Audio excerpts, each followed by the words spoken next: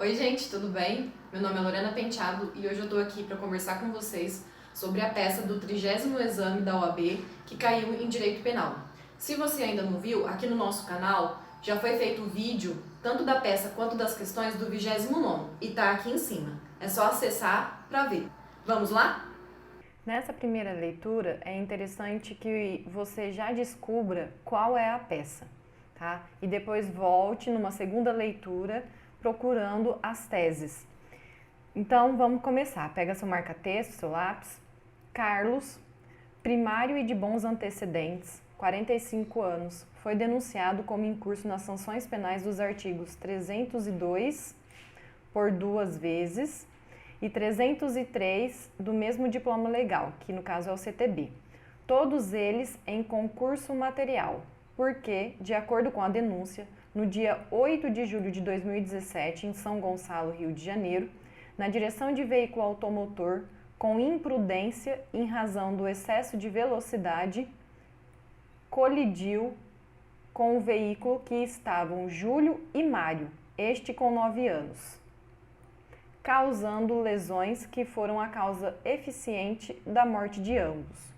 Consta ainda da inicial acusatória que, em decorrência da mesma colisão, ficou lesionado Pedro, que passava pelo local com sua bicicleta e foi atingido pelo veículo em alta velocidade, de Carlos.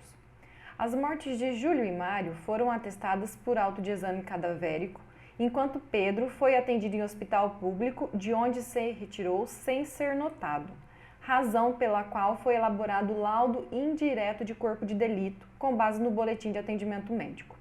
Pedro nunca compareceu em sede policial para narrar o ocorrido e nem ao Instituto Médico Legal, apesar das testemunhas presenciais confirmarem as lesões sofridas. No curso da instrução, foram ouvidas testemunhas presenciais, não sendo Pedro localizado. Em seu interrogatório, Carlos negou estar em excesso de velocidade, esclarecendo que perdeu o controle do carro em razão de buraco existente na pista. Foi acostado exame pericial realizado nos automóveis no local, concluindo que realmente não houve excesso de velocidade por parte de Carlos e que havia o buraco mencionado na pista. O exame pericial, todavia, apontou que possivelmente haveria imperícia de Carlos na condução do automóvel, o que poderia ter contribuído para o resultado. Após manifestação das partes, o juiz em atuação perante a Terceira Vara Criminal da Comarca de São Gonçalo, no Rio de Janeiro, em 10 de julho de 2019, julgou totalmente procedente a pretensão punitiva do Estado.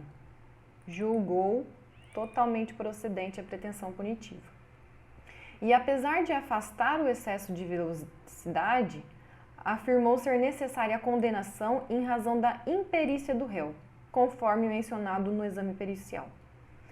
No momento da dosimetria, fixou a pena base de cada um dos crimes no mínimo legal e, com relação à vítima Mário, na segunda fase, reconheceu a agravante prevista no artigo 61, inciso 2, a linha H do Código Penal, pelo fato de ser criança, aumentando a pena em 3 meses. Não havendo causas de aumento ou diminuição, reconhecido o concurso material, a pena ficou acomodada em 4 anos e 9 meses de detenção. Não houve substituição da pena privativa por restritiva. Não houve substituição da pena privativa de liberdade por restritivas de direito em razão do quantum final, nos termos do artigo 44, inciso 1 do Código Penal, sendo fixado regime inicial fechado de cumprimento de pena com fundamento na gravidade em concreto da conduta. O Ministério Público foi intimado e manteve-se inerte. A defesa técnica de Carlos foi intimada em 18 de setembro, quarta-feira, para a adoção das medidas cabíveis. Considerando apenas as informações narradas na condição de advogado de Carlos, redige a peça jurídica cabível, diferente de habeas corpus e embargos de declaração, apresentando todas as teses jurídicas pertinentes. A peça deverá ser datada no último dia do prazo de interposição, considerando que de segunda a sexta-feira são dias úteis em todos os locais do país. Então vamos lá. Em que momento processual nós estamos? Vocês podem ver aqui, ó, que o juiz julgou totalmente procedente, aqui, julgou totalmente procedente a pretensão punitiva do Estado, ou seja, ele sentenciou condenando o réu. O Ministério Público foi intimado e manteve-se inerte. Se a gente quer combater essa sentença do juiz que condenou o Carlos, qual é a peça cabível? A peça aqui era apelação.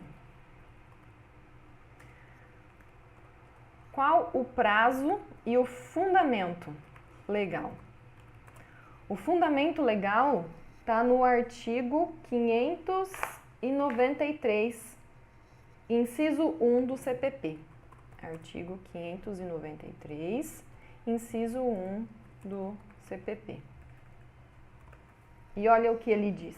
Caberá apelação no prazo de 5 dias das sentenças definitivas de condenação ou absolvição proferidas por juiz singular. Então, aqui a gente até descobriu qual era o prazo, né? 5 dias. 5 dias. Ok.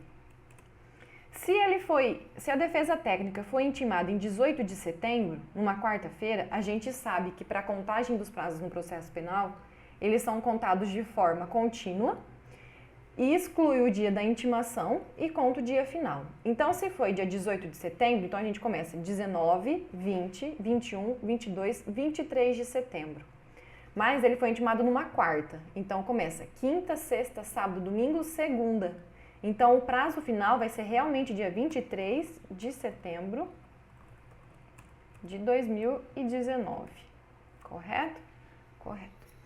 Então, vamos lá. Como é a estrutura de uma apelação? Estrutura. Uma apelação, ela é feita por uma petição de interposição e razões. E a petição de razões, né? Na petição de interposição, você tem que colocar o fundamento legal da peça, que no caso é o artigo 593, 1 do CPP. Tem que colocar o endereçamento, que no caso vai ser ao juiz que proferiu a decisão, terceira vara criminal. Então, vai ser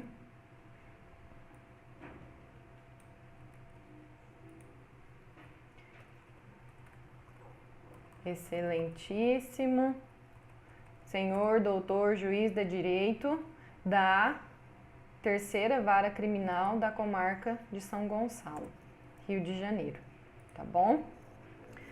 O que é o pedido na petição de interposição? O pedido é que o recurso seja recebido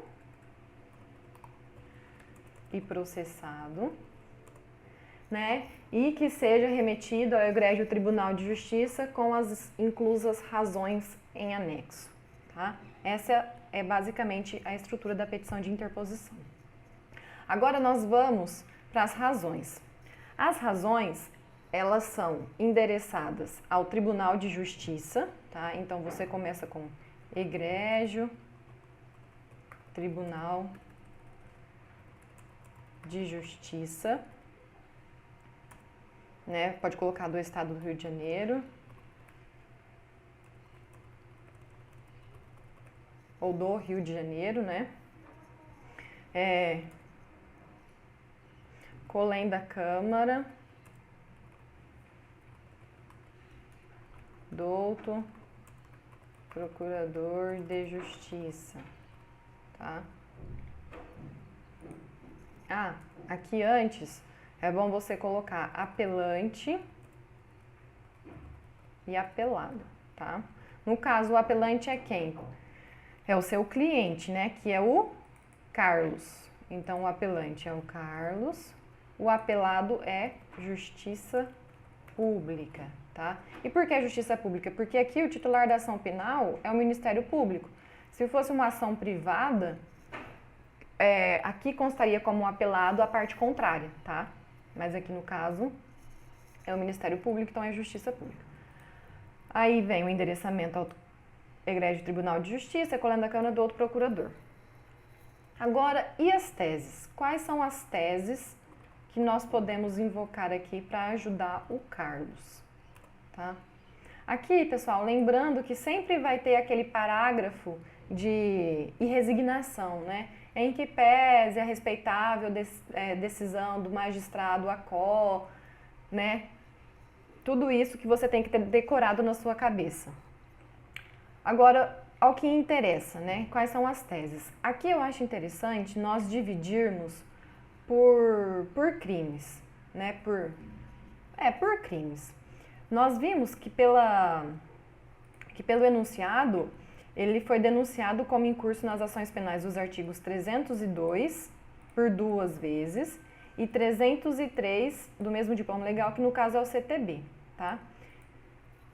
E o que são esses artigos? Se você pegar o CTB, embora já tenha ficado claro pelo próprio enunciado, trata-se de homicídio culposo e de lesão corporal culposa, tá? Então, vamos por crimes.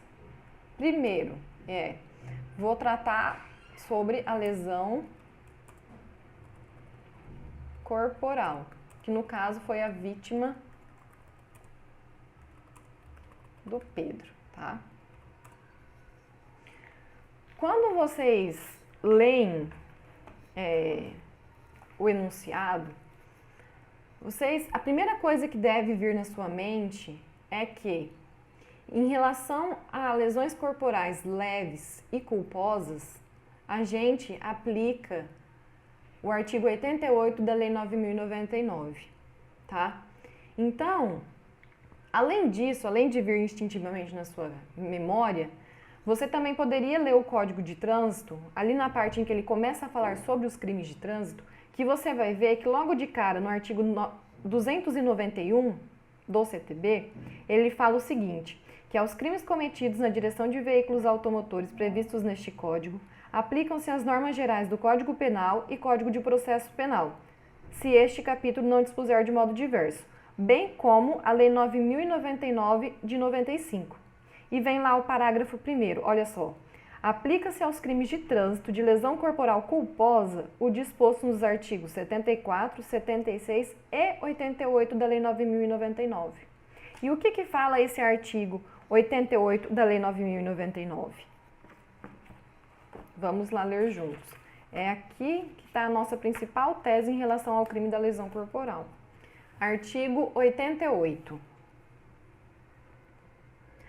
Além das hipóteses do Código Penal e da legislação especial, dependerá de representação a ação penal relativa aos crimes de lesões corporais leves e lesões culposas. Então, percebam, o próprio CTB faz essa remissão à Lei 9.099.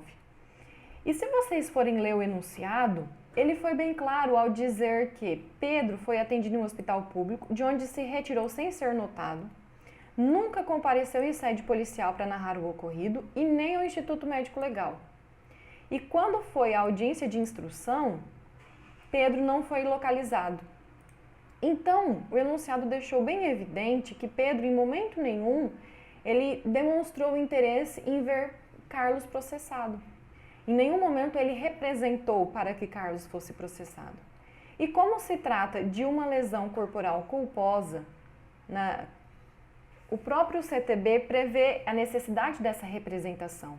Então, qual vai ser a nossa principal tese aqui em relação ao vítima Pedro e a lesão corporal? Que era indispensável a representação do ofendido para a propositura da ação penal. E isso não aconteceu. E o que isso nos leva? Vocês lembram que eu falei que tem que ficar muito atento quando vem datas, né, no enunciado. Olha, No dia 8 de julho de 2017 foi que aconteceu o acidente. A sentença veio dia 10 de julho de 2019, ou seja, já passou 2 anos, né? E até o momento, Pedro não tinha apresentado sua representação. A gente sabe que o período para a pessoa representar contra alguém para a propositura da ação penal se submete a um prazo decadencial de 6 meses. Então, a partir da data, né, do fato, que foi provavelmente a data em que Carlos tomou conhecimento da autoria, ele teria o prazo de 6 meses para representar contra Carlos. E Pedro não fez isso, tá? Então, aqui no caso, como era necessário a representação,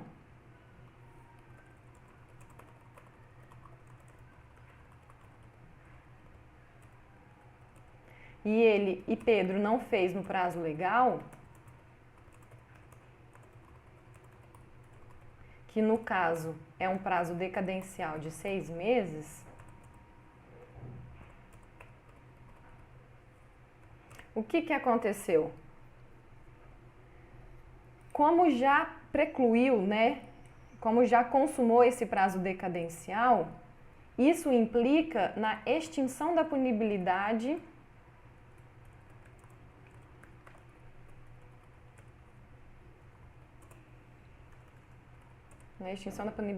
de Carlos quanto ao crime da lesão corporal culposa. E onde está tudo isso? Pega o seu vade-mecum, lá no CPP consta o seguinte, artigo 38. Salvo disposição em contrário, o ofendido ou seu representante legal decairá do direito de queixa ou representação se não o exercer dentro do prazo de 6 meses, contado do dia em que vier a saber quem é o autor do crime. Então, como Pedro não ofereceu a representação, ele decaiu do seu direito. E qual é a consequência disso? A consequência é a extinção da punibilidade. E como eu sei disso daí? Logo abaixo do artigo 38 do CPP, há a remissão ao artigo 107, inciso 4 do Código Penal. E o que diz esse artigo 107, inciso 4? Ele diz o seguinte: extingue-se a punibilidade pela prescrição, decadência ou perempção. Correto?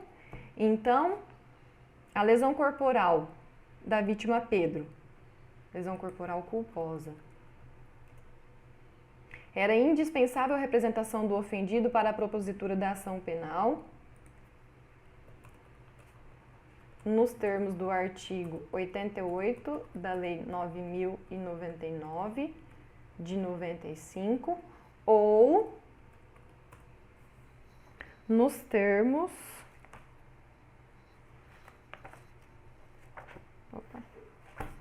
do artigo 291, parágrafo 1º do Código de Trânsito Brasileiro. E isso não aconteceu. Como era necessária a representação, Pedro não o fez no prazo legal, que é um prazo decadencial de 6 meses, conforme artigo 38 do CPP, o que gerou a extinção da punibilidade, conforme artigo 107, inciso 4 do Código Penal. A extinção da punibilidade em relação a esse crime da lesão corporal culposa. Correto? Agora, nós vamos tratar dos crimes de homicídio. Vamos lá. Ele foi condenado pelo crime de homicídio por 2 vezes, né? Por ter matado Júlio e Mário. Acontece o seguinte: se vocês lerem mais uma vez o enunciado, vocês vão perceber que ele foi denunciado, né, com base nesses artigos, porque ele estava na direção de veículo automotor e estava dirigindo supostamente com imprudência em razão de excesso de velocidade. e por causa disso ele teria colidido com o veículo e ocasionado a morte de Júlio e Mário. Só que durante a instrução processual, ele negou estar em excesso de velocidade e, além disso, foi feito exame pericial e foi concluído que realmente não houve excesso de velocidade por parte de Carlos. Então, percebam, no processo penal, a gente fala que o réu ele se defende dos fatos, tá? Então, se ele foi denunciado porque ele estava supostamente dirigindo com imprudência, com excesso de velocidade, se ele negou, se defendeu disso, se as provas produzidas, inclusive, afirmaram que realmente não houve excesso de velocidade, o juiz ele poderia ter condenado o réu. Ou seja, todo o conjunto de provas demonstrou que ele não estava em excesso de velocidade. Então, o juiz ainda assim ele poderia ter condenado o réu? Não, ele não poderia. Por quê? Porque, como eu disse para vocês, o réu ele se defende dos fatos. Então, se a defesa, né, ela argumenta contra os fatos, o Ministério Público ele tem que provar os fatos. E o que acontece? A gente sabe que quando não tem prova suficiente, o que predomina é a decisão a favor do réu. Então, ele não poderia ter sido condenado por causa disso. Por quê? Porque não tinha provas suficientes de que ele realmente estava dirigindo com imprudência ou com excesso de velocidade. Então, era necessário vou colocar aqui, homicídios. Era necessário a absolvição pelos delitos de homicídio, porque ficou comprovado que Carlos não agiu com imprudência, conforme narrou a denúncia. Inclusive,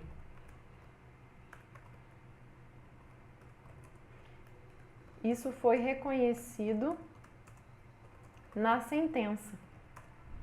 Ou seja, se não tinha provas suficientes, se não existia, na verdade, provas que comprovassem, né, a imprudência e excesso de velocidade, ele deveria ser absolvido. E qual é o fundamento, então, dessa absolvição?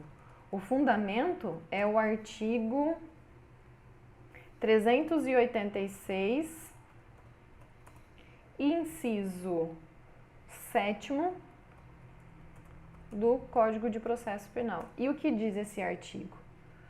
O juiz absolverá o réu, mencionando a causa na parte dispositiva, desde que reconheça não existir prova suficiente para a condenação. Então, o juiz deveria ter feito isso. Mas aí surge uma segunda pergunta. O juiz poderia ter condenado por um motivo diverso? No caso, ter condenado por imperícia? E aqui entra uma questão mais, digamos que requeria um conhecimento mais aprofundado, né? Ele poderia, vamos colocar aqui, ter condenado por imperícia? E a resposta é não. Por quê? Como eu falei para vocês, o réu ele se defende dos fatos. Se durante a instrução processual apareceram fatos novos, que foi o caso da questão, o que deveria ter sido feito? Deveria ter sido aplicado aquela regrinha do artigo 384 do CPP, que é o Instituto da Mutácio. O que acontece? Como o réu se defende dos fatos e não da capitulação dada, isso está intimamente ligado a um princípio, né, trazido pela doutrina, que é o princípio da correlação. Ou seja, precisa ter uma correlação, uma ligação, uma congruência entre os fatos narrados na denúncia e a condenação e a parte descrita na sentença, o motivo da condenação. Então, se no caso aconteceu após a instrução ter aparecido fatos novos, fatos diferentes daqueles narrados na inicial acusatória, deveria então ter sido aberto prazo para que o Ministério Público aditasse a denúncia, ou seja, modificasse a denúncia, tá? E depois aberto prazo para que a defesa se manifestasse e tudo mais, nos termos do artigo 384 do Código de Processo Penal. Por exemplo, a mutácio é diferente da emendácio justamente por causa disso. Na emendácio, o que acontece? Os fatos narrados são os mesmos.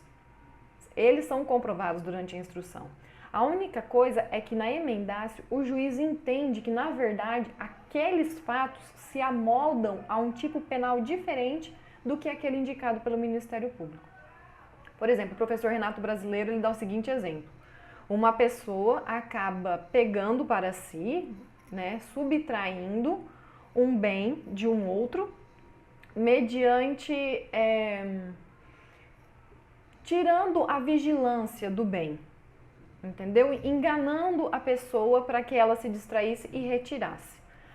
Nesse caso, o Ministério Público, por exemplo, poderia ter denunciado a pessoa por estelionato, mas o juiz, vendo todas as provas e vendo esses fatos sem modificá-los, entende que, na verdade, é um furto mediante fraude, entendeu? Isso seria uma emendácio, é ele mudar o tipo penal. Por exemplo, esses fatos não se amoldam a esse tipo, mas se amoldam a esse. E isso não teria problema de ser reconhecido em sentença. Por quê? Porque como o réu ele se defende dos fatos, então não houve prejuízo para ele. Situação diversa é o que acontece com a mutácio. Na mutácio surgem novos fatos após a instrução. Fatos esses diferentes dos constantes da denúncia. Então, é o que aconteceu na questão dada na prova. Aí, então vem, né, para o nosso caso. O juiz ele poderia ter, então, condenado por imperícia? Percebam que em nenhum momento isso consta na denúncia, que o réu ele se defendeu da imprudência e do excesso de velocidade e que o juiz foi lá em sentença e reconheceu a imperícia. Ele poderia ter feito isso? Não, ele não poderia ter feito isso. Por quê? Porque isto, ou seja, essa imperícia, ela não consta na denúncia. Ela não consta na denúncia. E o aditamento, como eu disse para vocês, que deveria ter sido feito, né, que seria o correto, que deveria ter sido feito pelo Ministério Público, não aconteceu.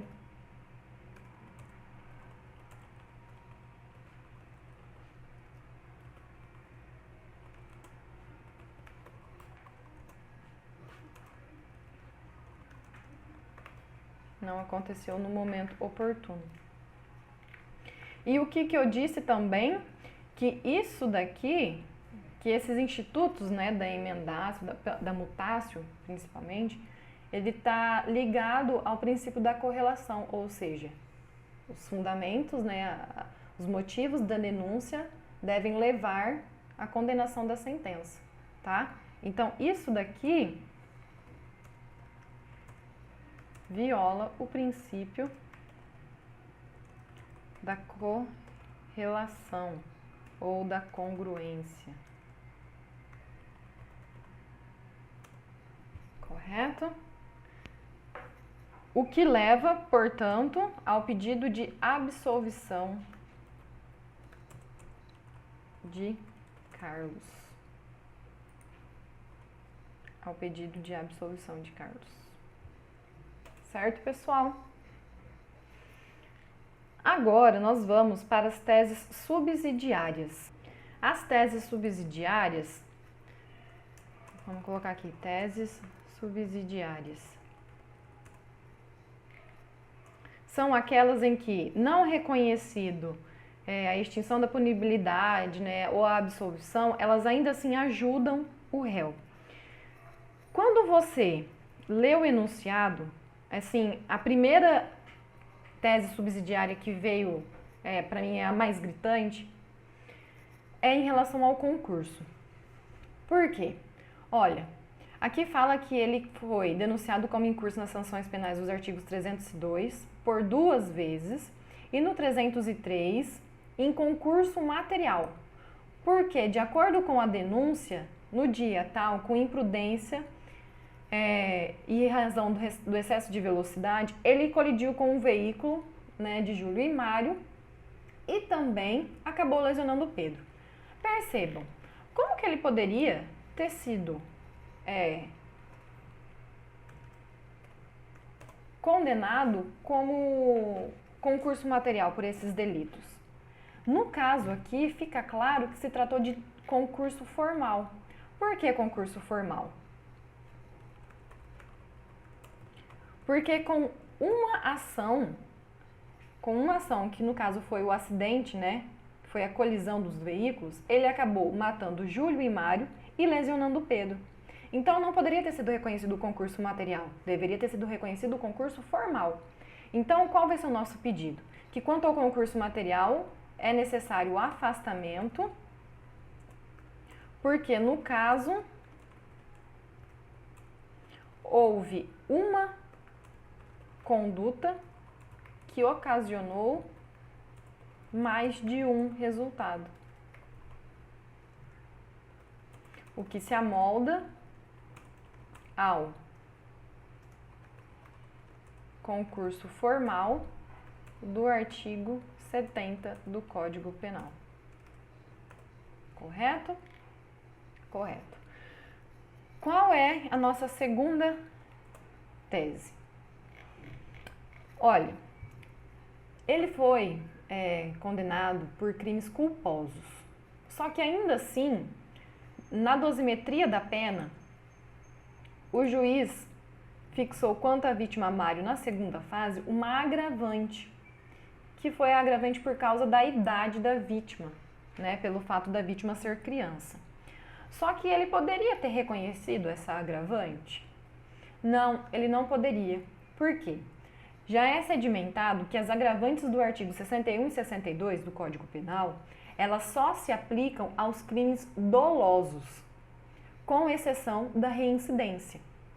Então, nos crimes culposos, a única agravante que pode incidir, né, a agravante do artigo 61 e 62, a única que pode incidir é a reincidência, porque dizem que ela tem um caráter objetivo. Então, o juiz não poderia ter reconhecido isso, correto? Então, qual é a nossa segunda tese subsidiária? O afastamento da agravante do artigo 61, inciso 2, a linha H do Código Penal. Por quê? Porque não é aplicável aos crimes culposos,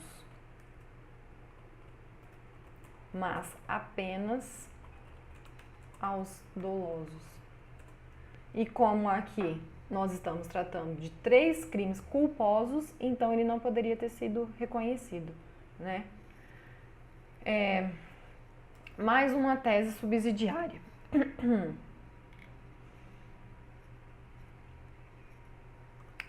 Tese número 3. Vamos lá. Não havendo causa de aumento ou diminuição, reconhecido o concurso material. Isso nós já combatemos, né? A pena ficou acomodada em 4 anos e 9 meses de detenção. Não houve substituição em razão do quantum final, sendo fixado regime inicial fechado de cumprimento de pena, com fundamento na gravidade em concreto da conduta. Mas poderia ter sido fixado o regime inicial fechado? Não, não poderia. E por que não poderia? Então, a nossa tese vai ser o afastamento do regime inicial fechado. E por quê? Se vocês pegarem o artigo do Código Penal que trata sobre as penas, vocês vão perceber o seguinte. Lá no artigo 33, fala o seguinte: a pena de reclusão deve ser cumprida em regime regime fechado, semiaberto ou aberto. E a de detenção em regime semiaberto ou aberto, salvo necessidade de transferência a regime fechado. Então, o próprio Código Penal, no artigo 33, ele fala que para os crimes de detenção, o regime inicial de cumprimento de pena ele vai ser o semiaberto ou aberto e não o fechado. E se você for olhar o Código de Trânsito Brasileiro em relação a esses crimes aos quais ele foi condenado, que é o 302 e 303, eles são apenados com pena de detenção. Então, o juiz não poderia ter fixado o regime inicial fechado. Por quê? Porque o artigo 33 do Código Penal prevê que para os crimes de detenção, o que é o caso, né, da nossa análise, o regime inicial de cumprimento de pena deve ser ou aberto ou semi-aberto. Correto? Além disso, se vocês forem olhar, fala assim, o parágrafo 2º, inciso B, do mesmo artigo 33, fala: o condenado não reincidente, cuja pena seja superior a 4 anos e não exceda 8, poderá, desde o princípio, cumpri-la em regime semiaberto. O que é o caso aqui, por quê? Veja, o próprio enunciado foi claro ao dizer que Carlos é primário, tá? Então, ainda assim, seria o caso de afastar o regime inicial fechado para o cumprimento de pena. Correto? Artigo 33, parágrafo 2º também, vou colocar aqui.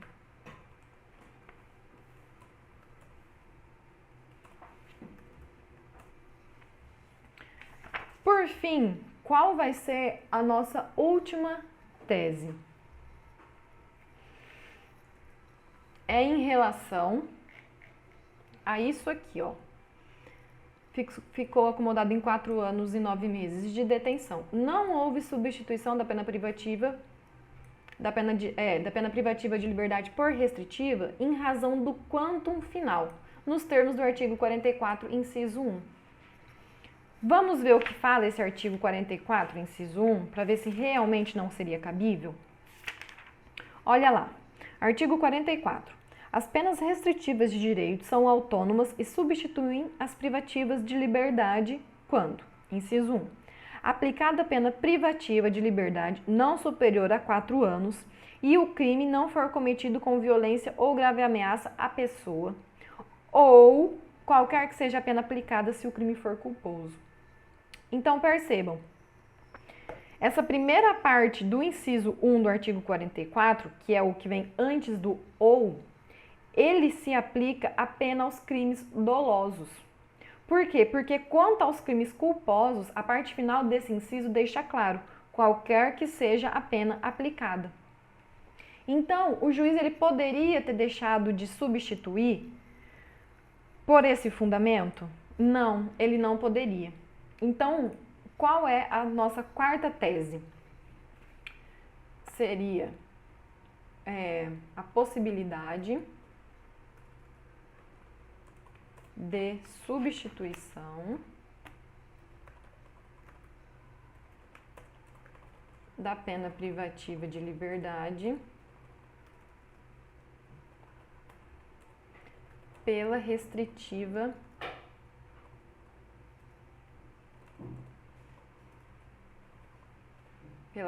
de direitos. Por quê?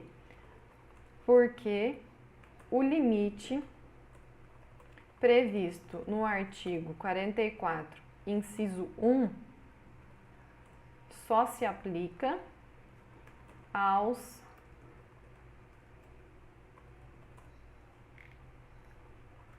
crimes dolosos.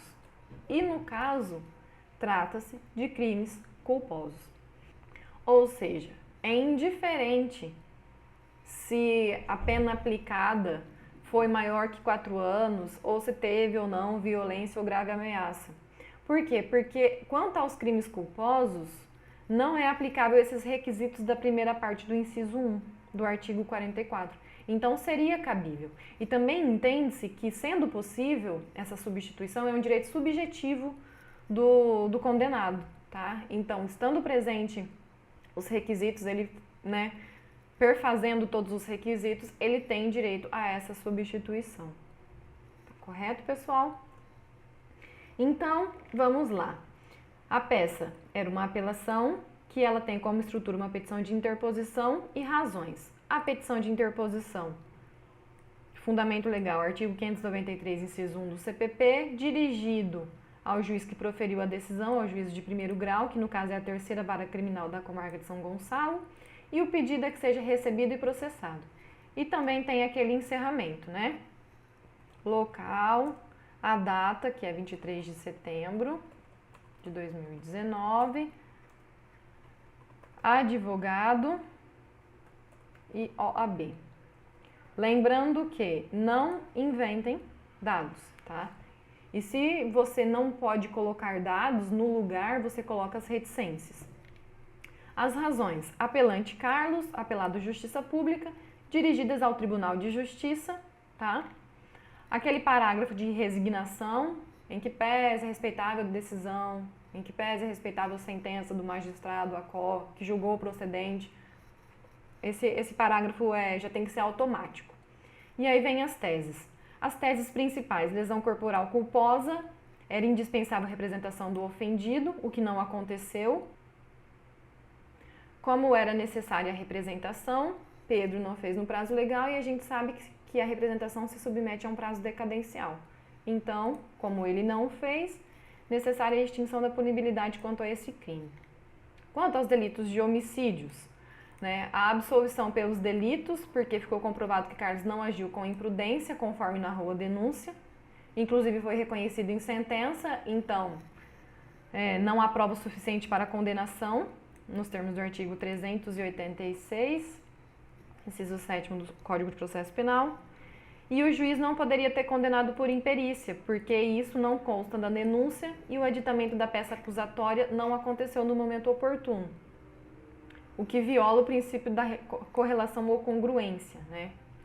O que leva à absolvição de Carlos.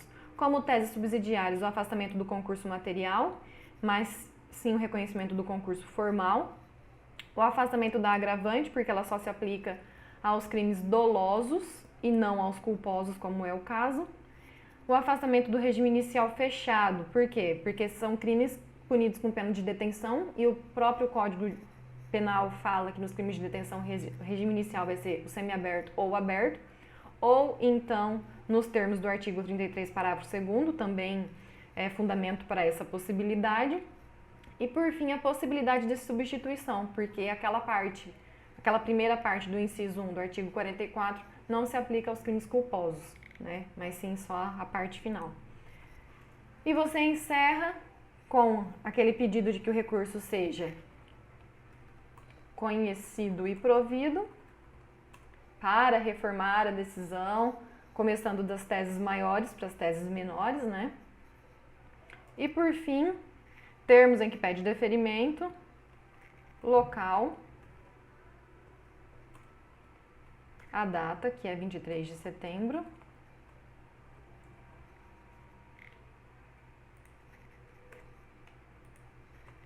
de 2019, advogado,